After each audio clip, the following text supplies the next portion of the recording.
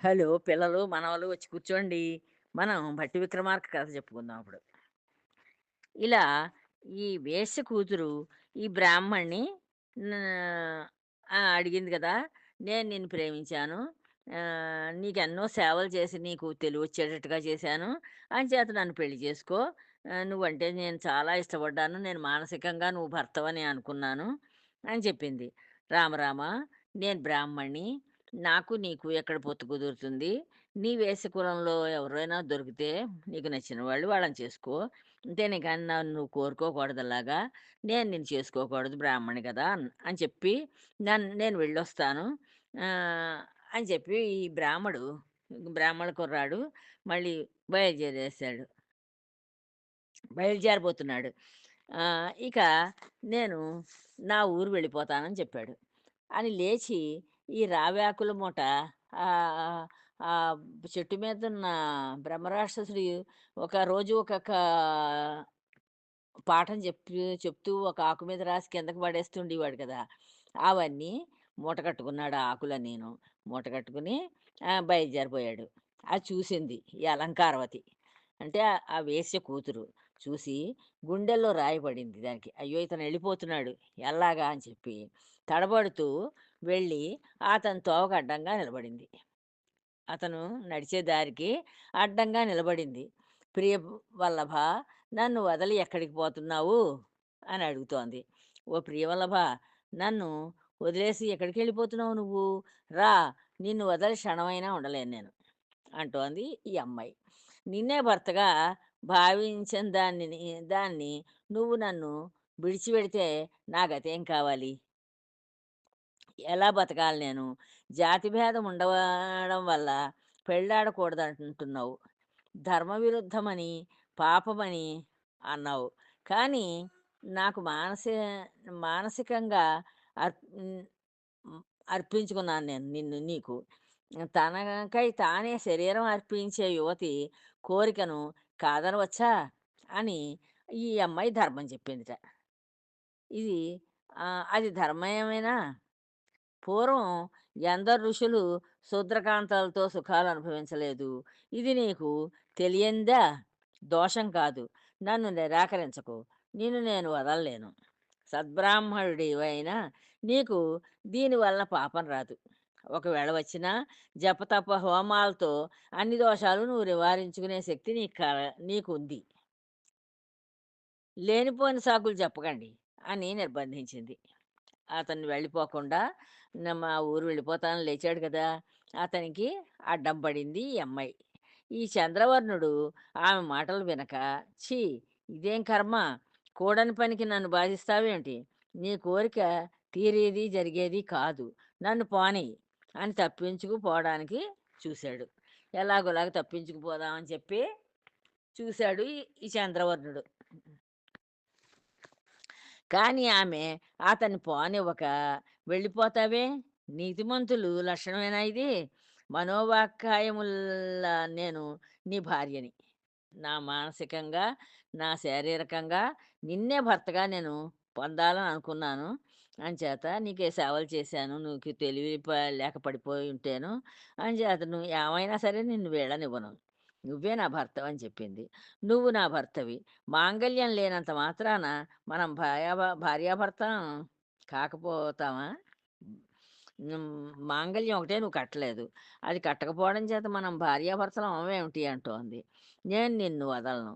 రా మనిద్దరము రాజసభకి వెళ్ళి రాజుతో చెప్పి అతని వివ ఆహ్, అతన్ని ఈ వివాదాన్ని ఎలా న్యాయమని పరిష్కరిస్తాడో అలా చేద్దాం. రాజు దగ్గరికి వెళ్ళి చెప్దాం రాజసభలో ఉన్నాడు. వెడితే అక్కడ ఆయన ఈ వివాదానికి ఎలాగ తీర్పు చెప్తాడో అక్కడ చూసుకుందాంలే అంటూ అతని నడుముగొడ్డను పట్టుకుని రాజసభ వైపు లాగసాగింది. అతను నడుముకో బట్ట కట్టుకున్నాడు. ఆ కట్టుకున్న దాన్ని పట్టుకుని లాగి రాజసభకేసి తీసుకెడుతోంది. అతనేం చెయ్య అతనేం చేయగలడు? అలా ఆడది మరి బంధిస్తూ ఉంటే ఇంకేం చేయలేకపోయాడతను కూడాను. ఆమె స్త్రీ. ఆమె పట్టును తప్పించుకోగలిగినా నడివీధిలో పెనుగులాడితే నలుగురు నవ్వుతారు. సిగ్గు కదా! అంచేత రాజ్యసభకు పెడదాము. అక్కడి నుంచి తప్పించుకుపోవచ్చునని రాజు ఆ వేశ్య ఉద్దేశం అక్రమం కనుక ఆమె కోరినట్లు చేయమని ఆజ్ఞాపించడని అనుకుంటున్నాడు ఈ బ్రాహ్మణ కుమారుడు. అనుకుని ఆమె వెంట ఈ రాజ్యసభకి బయలుదేరి వెళ్ళాడు. రాజ్యసభలో అలంకారవతి రాజుకి వందనం చేసింది. ఈ అలంకారవతి రాజుకి వందనం చేసి చంద్రవర్ణుడు రాజైన మహేంద్రవర్మని ఆశీర్వదించాడు. ఈయన బ్రాహ్మణ కుమారుడు కనుక అప్పుడు బ్రాహ్మలకి అంత విలువ ఉండేది. విలువ ఉండడం చేత రాజుని ఈయన ఆశీర్వదించాడు. రాజు తేజశ్శాలి అయిన ఈ చంద్రవరుడిని చూసి ఆశ్చర్యపోయాడు. ఇతను చిన్నవాడే ఇంకాను, ఈ బ్రాహ్మణ కుమారుడు. కానీ చాలా తేజస్సుతోటున్నాడంటే ఈయనకి రాని విద్యంటూ లేదు. అన్ని విద్యలు నేర్చేసుకున్నాడు. ఆ విద్యలతోటి వేదం అన్నీ నేర్చుకోవడం చేత ఆ ముఖంలో తేజస్సు కూడా ఆయనకి రాజుకి కనిపించింది. అతని సౌందర్యానికి, తేజస్సుకి ఆశ్చర్యపోతూ అతన్ని కూర్చోమని వేశ్యాపుత్రికని చూసి, "నువ్వెవరివి? నీది ఈ ఊరేనా? నువ్వితన్ని ఎందుకిక్కడికి తీసుకొచ్చావు?" అని అడిగాడు. ఈ వేశ్య కూతుర్ని, "అసలు నువ్వు ఇతనితోటెందుకొచ్చావు? నీది ఈ ఊరేనా? అసలు నీకు ఇతనికి సంబంధం ఏంటని" అడిగాడు. అందుకామె, "ప్రభూ, నేను ఈ పట్టణంలో నివసించే వేశ్య తనయని. నేను ఈ ఊళ్ళో ఉంటుంది మా అమ్మ. ఆ వేశ్య ఆవిడ కూతుర్ని. నా పేరు అలంకారవతి. నేనొక వ్రతం పూని పడుపు వృత్తి వదిలి కాలక్షేపం చేస్తున్నాను. అందుచే తమ కంటపడలేదు. నేను పడుపు వృత్తిలో లేను. ఉండకుండా నేను ఓ వ్రతం పూనాను. పూని ఆ వ్రతంతోటి నేను కాలక్షేపం చేస్తున్నాను" అని చెప్పింది ఈవిడ. అని బ్రాహ్మణుడు రావడం, అతన్ని మనుషుల్లోకి తేవడానికి తాను పడిన పాట్లు, తను అతనికి అభిప్రాయం తెలపడము, అతను నిరాకరించడము, అక్కడికి తీసుకురావడము చెప్పి, "దేవా, నా మనసు ఇతని నుండి మరలి రావడం లేదు. ఓ ప్రభూ, నా మనస్సు మాత్రం ఇతని నుంచి మళ్ళీ మరలి నా దగ్గరికి రావటం లేదు. నేను ఇతనికి ఆత్మార్పణం చేసుకున్నాను. నేను నన్ను మానసికంగా ఇతనికి అర్పించేసుకున్నాను. ఇతను నన్ను పెళ్ళాడేటట్లు ఆజ్ఞాపించి పుణ్యం కట్టుకోండి. మీరు ఏం చేయాలంటే నే నా ఇతనికి చెప్పండి. చెప్పి నన్ను పెళ్లి చేసుకోమని చెప్పండి. చెప్పి ఆ పుణ్యం మీరు కట్టుకోండి" అని అడుగుతోంది. అని దీనంగా విన్నవించుకుంది. బాధపడుతూ అలా రాజుకి విన్నవించుకుంది ఈ వేశ్య కుమార్తె. ఆ సుగుణాల రాశిని చూసి రాజు ఆశ్చర్యపోయి ఆశ్చర్యపోయాడు. ఈ అమ్మాయి సుగుణాలు మంచి గుణాలున్నదే. కానీ మరి బ్రాహ్మడు కుమారుడు కావాలి భర్తగానని కోరుకుంటోంది. అంచేత రాజు ఆ అమ్మాయి యొక్క సుగుణాలను చూసి ఆశ్చర్యపోయాడు. బ్రాహ్మణుడు శూద్ర స్త్రీని పెళ్ళాడటం దోషం కదా! అప్పటి రోజుల్లో పట్టింపులుండేవి బాగాను. బ్రాహ్మణులనే చేసుకోవాలి. మే ఏ క ఏ కులం వాళ్ళు ఆ కులం వృత్తులే చెయ్యాలి. ఆ కులం వాళ్ళనే పెళ్లి చేసుకోవాలి. అందుకని ఈ స్త్రీని పెళ్ళాడడం దోషం కదా! అని ఆలోచించుకున్నాడు రాజు. ఆలోచించి ధర్మశాస్త్రం తెలిసిన బ్రాహ్మణుల అభిప్రాయం తెలుసుకోకుండా ఏమీ చెప్పకూడదనుకుని చంద్రవర్ణుడిని అతని వృత్తాంతం అడిగాడు. సరే, ఈ బ్రాహ్మణ కుమారుడిని కూడా అన్ని విషయాలు అడిగి తెలుసుకుందాము. అసలు అతని ఉద్దేశ్యం ఏమిటో, ఎందుకు వద్దంటున్నాడో అని చెప్పి ఇతన్ని అడుగుతున్నాడనమాట. అతను తన వృత్తాంతం అంతా రాజుకి చెప్పాడు. ఈ కుర్రాడు కూడా అతని వృత్తాంతం అంతా చెప్పుకొచ్చాడు రాజుకి. "నేను బ్రాహ్మణుడిని. ఈవిడ వేశ్య కులంలో పుట్టింది. దీన్ని నేను ఎలా పెళ్లి చేసుకోగలుగుతాను? ఎన్ని విధాలు చెప్పినా వినక, పట్టు వదలక నన్ను మీ వద్దకు తీసుకొచ్చింది" అని చెప్పాడు ఈ బ్రాహ్మణ కుమారుడు. ఇక్కడ గొప్ప ధర్మశాస్త్రవేత్తలున్నారు. ఇక్కడ చాలా ఈ సభలో, మీ రాజ్యసభలో చాలా గొప్ప ధర్మశాస్త్రం చెప్పే వాళ్ళు ఉన్నారు. ఇది నా విషయం కనుక నేను ధర్మార్థాలు తెలిసినా ఏమీ చెప్పకూడదు. నాకు ధర్మార్థాలన్నీ నాకు తెలుసు. కానీ నేను చెప్పకూడదు. ఈ సభలో ఉన్నవాళ్ళు చెప్పాలి. బ్రాహ్మణులతో విచారించి తీర్పు చెప్పు అని కోరాడు. బ్రాహ్మణులతోటి మీరు సంప్రదించి నాకు తీర్పు చెప్పండి అని కోరుకున్నాడు ఈ బ్రాహ్మణ కుమారుడు. రాజు పండితులను ధర్మ సందేహం తీర్చమని అడగా వాళ్ళు ఆలోచనలో పడ్డారు. ఈ బ్రాహ్మణులందరినీ ఈ రాజుగారు అడిగారు. ఇదేమిటి వీళ్ళకి ఇద్దరి మధ్య వచ్చిన సందేహానికి మీరు తీర్పు చెప్పండి ఏం చెప్తారోను అని అడిగాడు ఈ బ్రాహ్మల్ని, సభలో ఉన్న బ్రాహ్మల్ని. అప్పుడు మహేంద్రవర్మ పండితులు ఈ బ్రాహ్మణుడా అలంకారవతిని వివాహం చేసుకోవడం తగదని చెప్పారు. తన కూతురు చిత్రలేఖ చక్కదనపు బొమ్మ కనుక ఈతనికెంతో తగి ఉంది. ఈతనికే ఇచ్చి వివాహం చేస్తాను అని నిశ్చయించుకున్నాడు. ఆ పండితులు ఈ బ్రాహ్మణుడు అలంకారవతిని వివాహం చేసుకోవడం తగదని చెప్తే, ఈ పండితులు సభలో ఉన్న పండితులు కనుక, ఈ బ్రాహ్మణ కుమారుడు కి ఈ అలంకారవతినిచ్చి చెయ్యడం తప్పు.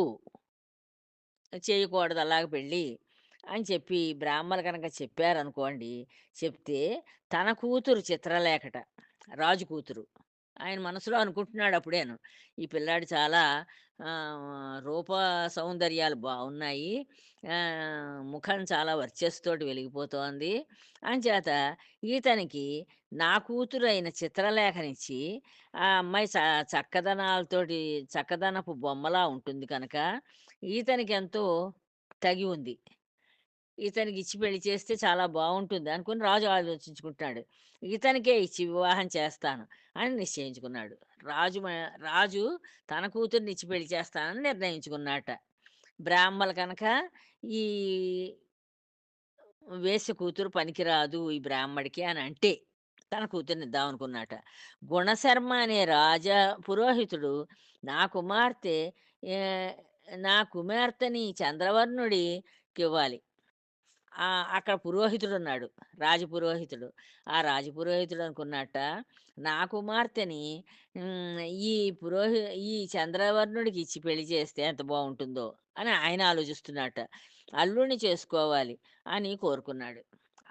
ఆయన పురోహితుడు నేను ఇతన్ని ఎలాగోలాగా అల్లుడిని చేసుకుంటే బావుంటుందని అతను కోరుకున్నాడు.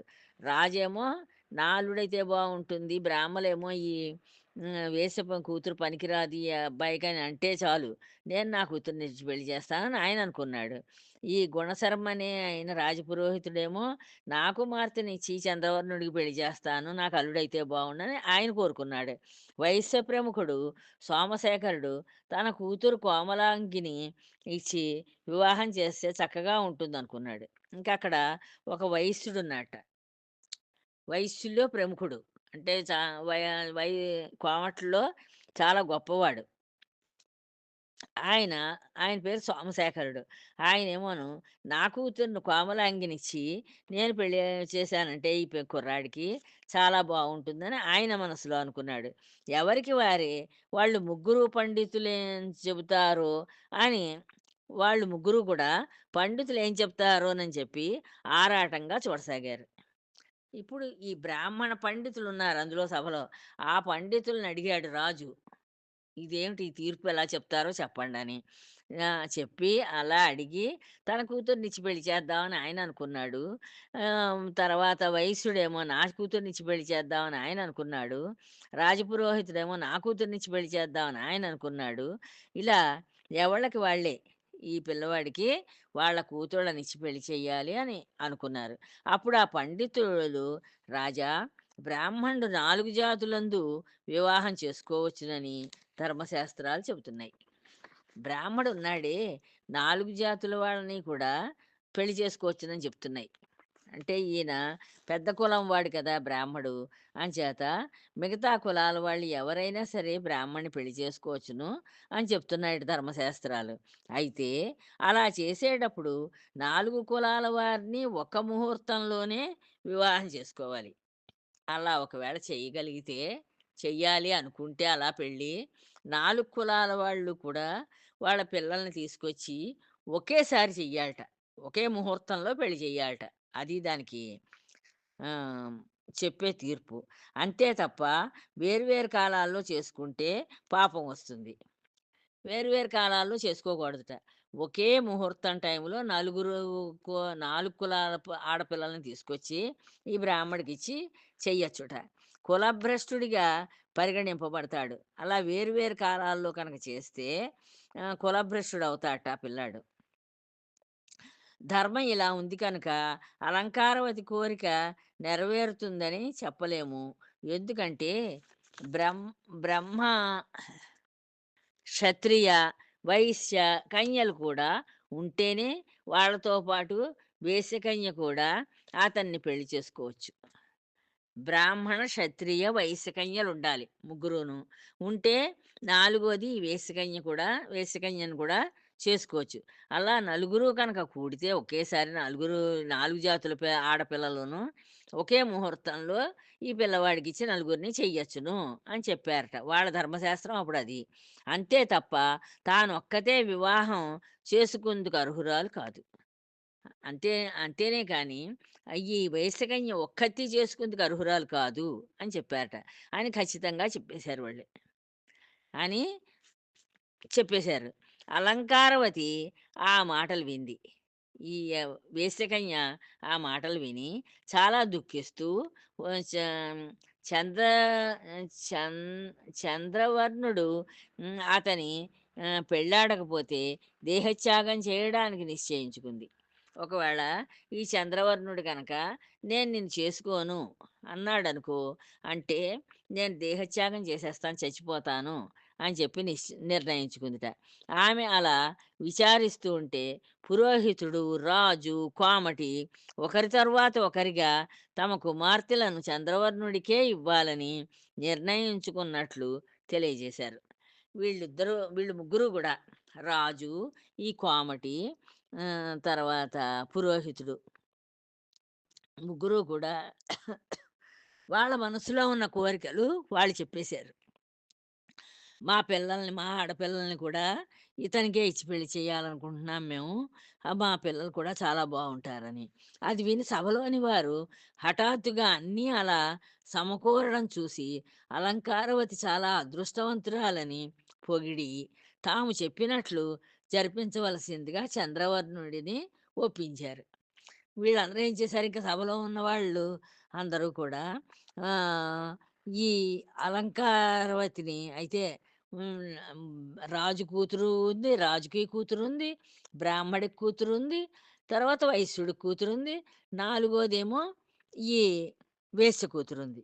అంచేత ఇలాగా ఈ వేశ్య కూతురు చాలా అదృష్టవంతురాలు. అందుకోసాన్ని మిగతా 3 వర్ణాలకు వాళ్ళు పిల్లలు కూడా దొరికారు కనుక ఆడపిల్లలు, నలుగురిని ఇచ్చి పెళ్లి చేసేయచ్చు, శాస్త్రం ఒప్పుకుంటుంది అని చెప్పి వీళ్ళు ఈ పెద్దవాళ్ళందరూ ఒకే మాటగా ఉండడం చేత రాజు కూడా సమ్మతించవలసి వచ్చింది. మొత్తానికి రాజు కూడా ఒప్పుకున్నట్ట. ఈ ఈ ప్రజలు ఈ బ్రాహ్మణులు సభలో ఉన్న బ్రాహ్మలు నిర్ణయించిన దానికి ఆయన ఒప్పుకున్నట్ట. రాజాజ్ఞ ప్రకారం అప్పుడే ముహూర్తం నిర్ణయించబడింది. ఈ బ్రాహ్మలు వెంటనే ముహూర్తం పెట్టేశారు. అప్పుడే, అప్పుడే నిర్ణయించారట ఆ ముహూర్తాన్ని. వివాహ ఏర్పాట్లన్నీ వెంటనే ప్రారంభమయ్యాయి. వివాహానికి ఈ బ్రాహ్మడికి ఈ పిల్లల్ని నలుగురిని ఇచ్చి పెళ్లి చేయడానికి ఏర్పాట్లన్నీ కూడా అయిపోయాయి. లగ్నం నాడు వివాహ వేదిక మీద నలుగురు కన్యల్ని వరునితో కూర్చోబెట్టి యథావిధిగా నలుగురికి వరుసగా మంగళసూత్రాలు కట్టించారు. ఆ వివాహ వేదిక మీద నలుగురు ఆడపిల్లల్ని కూర్చోబెట్టేశారట. కూర్చోబెట్టి నలుగురు కన్యలకి కూడా ఈ వరుడి చేత, ఈ బ్రాహ్మణ కుమారుడి చేత యథావిధిగా మంగళసూత్రాలు కట్టించేశారట. విందు విందులు, వేడుకలు ఘనంగా చేసి వివాహ కార్యం పూర్తి చేశారు. విందులు చేశారు, వేడుకలు చేశారు. చేసేసి ఘనంగా చేసేశారట. ఈ పెళ్ళిని పూర్తి చేశారు. అప్పుడు మహేంద్రవర్మ అల్లుడితో నీకిచ్చిన చిత్రరేఖ తప్ప నాకు వేరే సంతతి లేదు. ఓ అల్లుడా, నే ఓ బ్రాహ్మణుడా, నేను ఈ చిత్రలేఖనిచ్చి పెళ్లి చేశాను కదా! నాకు ఈ అమ్మాయి ఒక్కతే కూతురు. నాకు వేరే ఏం పిల్లలెవరూ లేరింక. ఇంకా నా రాజ్యానికంతటికి నువ్వే నాథుడివి. ఇంకా నా రాజ్యాన్నంతని నువ్వే పరిపాలించాలయ్యా అంచేత అంతేనే గాని ఇంక నాకు వేరే ఎవరు పిల్లలు లేరు కదా! అంచేత నా తర్వాత ఈ రాజ్యం అంతా నువ్వే పరిపాలించాలి అని చెప్పేసాడు రాజుగారు. నేను రాజ్యభారాన్ని నీ మీద మోపే వరకు ఇక్కడే ఉండి రాజ్యం తీసుకుని ప్రజల పాలన చెయ్యి అని ఒక దివ్య భవనం నిర్మింపజేసి దానిలో అతను నలుగురు భార్యలతోటి నివసించేటట్లు చేశాడు. ఆయన రాజు కదా మరి! అందరికీ పెద్ద. అక్కడ ప్రజలందరికీ పెద్ద ఆయనే కదా! అంచేత ఆయనేం చేశాడట, "నా తర్వాత నువ్వే రాజు అవ్వాలి. అంతవరకు నువ్వు రాజ్యపాలన తీసుకుని చేసేదాకా నేనిక్కడే ఉంటాను నీ దగ్గరేను" అని చెప్పి ఈ ఒక రాజ్య భవనాన్ని కట్టించాట. ఈ నలుగురు ఆడపిల్లలతోటి ఆ పిల్లవాడు చక్కగా అందులో ఆనందంగా నలుగురితోటి ఉండడానికి వీలుగా ఒక చక్కని భవనాన్ని నిర్మింపజేసి అందులో పెట్టాట వీళ్ళని. పురోహితుడికి, వైశ్యుడికి, వేశ్యకి కూడా వేరే సంతానం లేకపోవడంతో తమ ఆస్తినంతటినికి చంద్రవర్ణుడినే అధిపతిని చేశారు.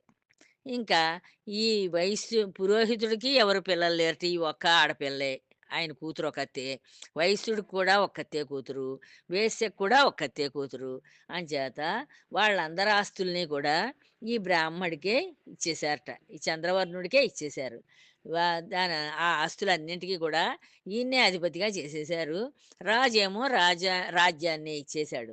అలాగా చక్కని నలుగురు భార్యలతోనూ, ఐశ్వర్యంతోనూ చంద్రవర్ణుడు ఆ ఊరిలోనే కాలం గడపసాగాడు. ఈయన చక్కని భార్యలు నలుగురొచ్చారు ఏకంగాను. అది కాకుండా ఎంతో ఐశ్వర్యం, రాజ్యం అన్నీ వచ్చాయి. రావడంతోటి ఈ నలుగురు భార్యలని పెట్టుకొని ఆయన హాయిగా, ఆనందంగా కాలాన్ని గడుపుతున్నాడు. కొంతకాలం గడిచాక మహేంద్రవర్మ అతనికి రాజ్యాధిపత్యం ఇచ్చివేసి, నిర్విచారంగా శరీరం వదిలి పరలోక గతుడయ్యాడు. రాజు ఆయన రాజ్యాన్ని ఈ పిల్లవాడికి అప్పగించేసి అల్లుడికి ఆయన ఇంకా బాధలేం లేకుండా మనస్సు నిర్మలంగా పెట్టుకుని శరీరాన్నొదిలేసి పరలోకానికి వెళ్ళిపోయాడు. తర్వాత మిగతా కథ చెప్పుకుందాం అమ్మా. ఉంటాను. జై శ్రీరామ్.